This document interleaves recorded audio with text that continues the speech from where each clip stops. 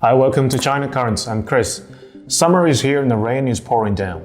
Last Sunday, the municipality of Chongqing in southwest China activated a level 4 flood prevention alert after a round of torrential rains hit the region on Saturday. 24 districts and counties in Chongqing had experienced heavy rainfall. As of July 3rd, a total of 189 rivers had exceeded the warning level.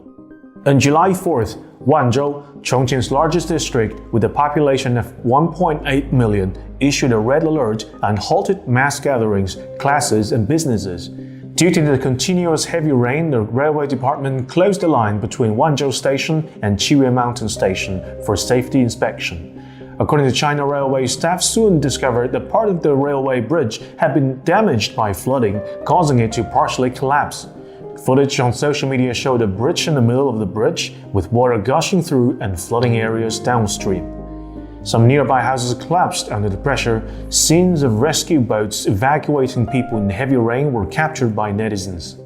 On July 5th, Chinese President Xi Jinping urged authorities at all levels to give top priority to ensuring people's safety and property and to strive to minimize losses.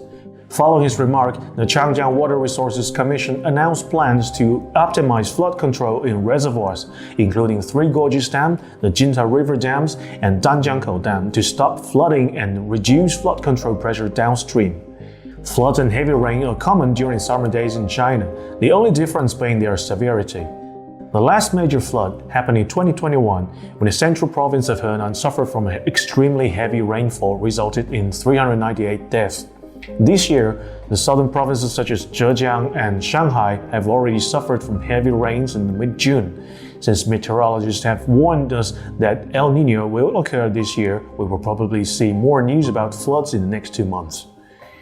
So next up, we have interesting news from Chinese social media. As we all know, Twitter's boss, Elon Musk, has a very, fickle personality. We have seen all sorts of bizarre reactions after purchasing Twitter, but no Chinese netizens has ever imagined that one day his policy in Twitter would have impact on Chinese social media Weibo in a good way. So on July 1st, Elon Musk announced a temporary limit on Twitter. According to the new policy, Twitter users can only read 800 posts per day if their accounts are not verified, and if they are willing to pay, that number can be doubled. According to this statement, the limitation is due to concerns over data scraping, which affects the real user experience. As we can imagine, the said policy met with criticism as soon as it was announced. Besides regular internet surfers, the new policy has also seriously impacted the artists on Twitter, whose income are connected with the amount of exposure that social media platforms offer. As a result, many Japanese anime illustrators were forced to move to other social media platforms due to the lack of exposure. And for some reasons, they found Weibo.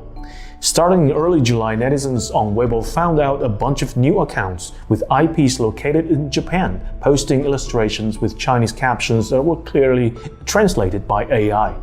At first, netizens just thought they were bots, but after talking with the artists, people started to understand the reason. Many illustrators soon accumulated thousands of followers in a very short period of time. Some Chinese netizens thus commented, "CEO of Weibo must be the one who benefits the most from Twitter's reform."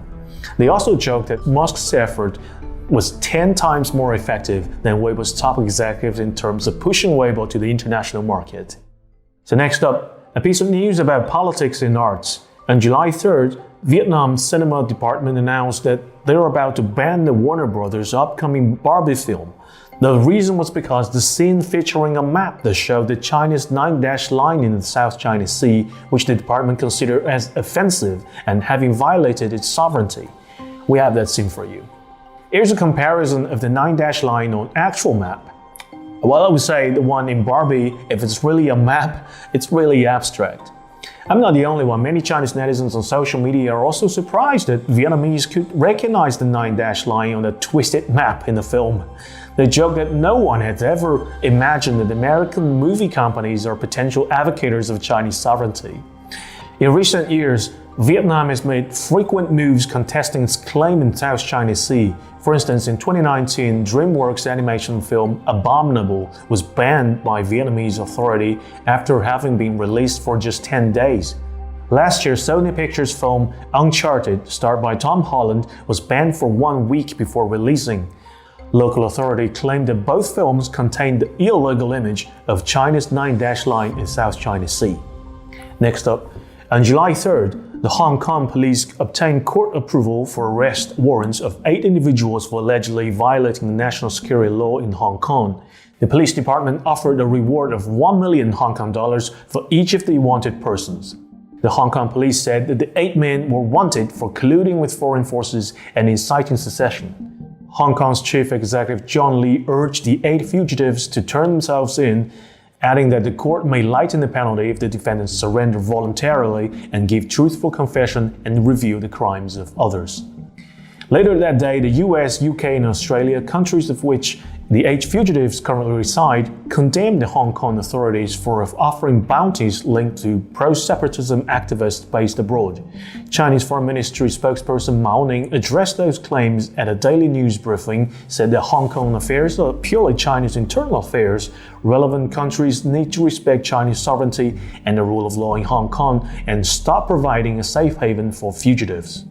Chinese netizens are once again taken aback by the West's double standards. Netizens argued, what exactly are the differences between the rioters in Hong Kong and those who attacked Capitol Hill? None. Still, in the eyes of the US, the rioters who broke into Capitol Hill were criminals breaking the law, while those arsonists, thugs, and terrorists in Hong Kong were democracy activists. Well, as I say to myself, what a wonderful world.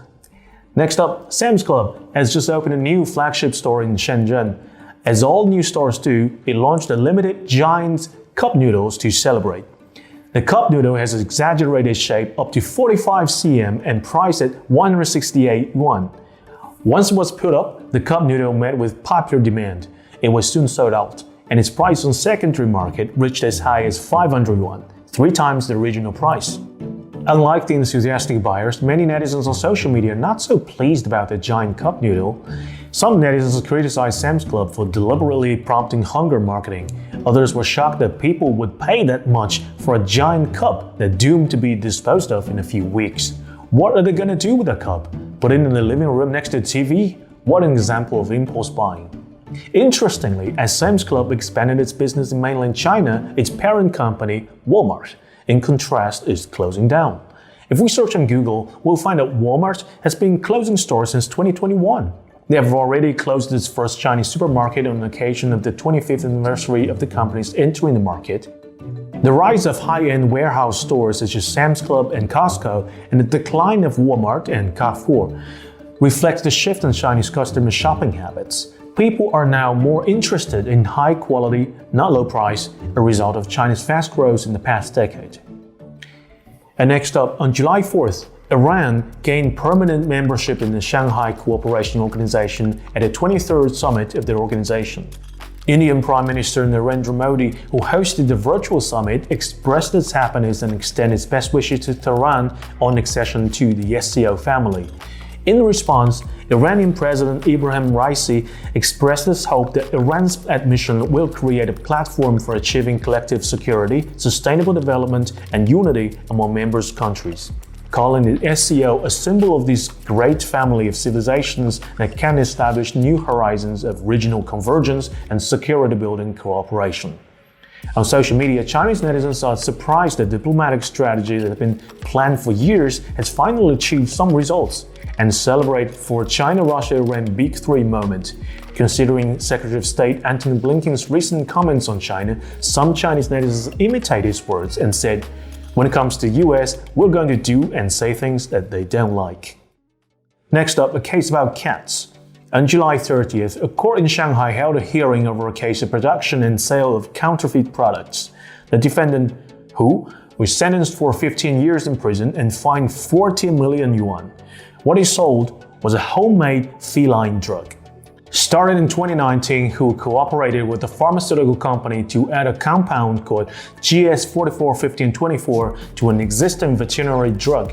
GS441524 was proved to be miraculously effective for feline infectious peritonitis. However, the compound is a patented drug made by Gilead, which does not intend to produce for marketing. Therefore, Hu's drug is a counterfeit drug by legal terms. He was arrested in 2021. The case led to a discussion on Chinese internet. Cat lovers believed that Hu bought hope for the life of their cats and the sentence was too heavy. Others believed that Hu stole the patent and got a huge profit. A drug costing only 20 yuan was sold for over 1,000 yuan. This penalty was not heavy at all for a case of total sale amount of 80 million yuan. But that's all for today. Thank you for watching this episode of China Currents. If you have any thoughts and comments on our show, please contact us at the email address below. I'm Chris, looking forward to hearing from you.